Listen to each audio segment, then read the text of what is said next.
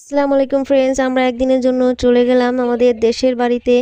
আর রাত না হতেই সকলে বায়না ধরেছে চিকেন ফ্রাই খাবে। তাই তো আমি মাটিতে গর্ত করে চিকেন ফ্রাই করার জন্য চুলো বানিয়ে নিচ্ছি। আমার গর্ত প্রায় শেষ আর চুলো বানানো প্রায় শেষ হয়ে গিয়েছে এবং আমাদের গাছের ডালপালা দিয়ে চুলোর মধ্যে বসিয়ে নিলাম। এদিকে আমি একটা মুরগি নিয়ে তার মধ্যে বারবিকিউর মশলা দিয়ে চিকেন ফ্রাই করব, কারণ বারবিকিউর করার উদ্দেশ্যে আমরা আসিনি আর প্রয়োজনীয় উপকরণ আনিনি, তাই মশলাটা ইউজ করেছি।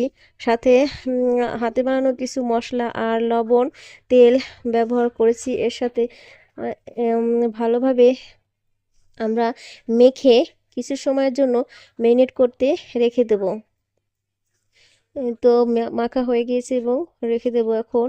আর বাইরে আমরা আমাদের চুলোটায় আগুন জ্বালিয়ে দিয়েছি আর চারদিকে দেখো কতটা অন্ধকার।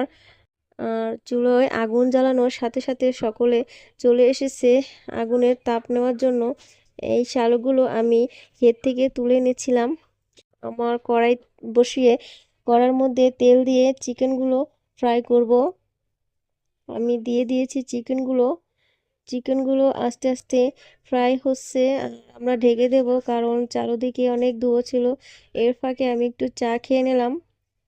সকলেই বসে আছে তাদের চিকেন ফ্রাই খাওয়ার জন্য। এই তো হয়ে গিয়েছে একবারে চিকেন ফ্রাই। আর আরও আছে এখনো, সবটা একবারে দিতে পারিনি।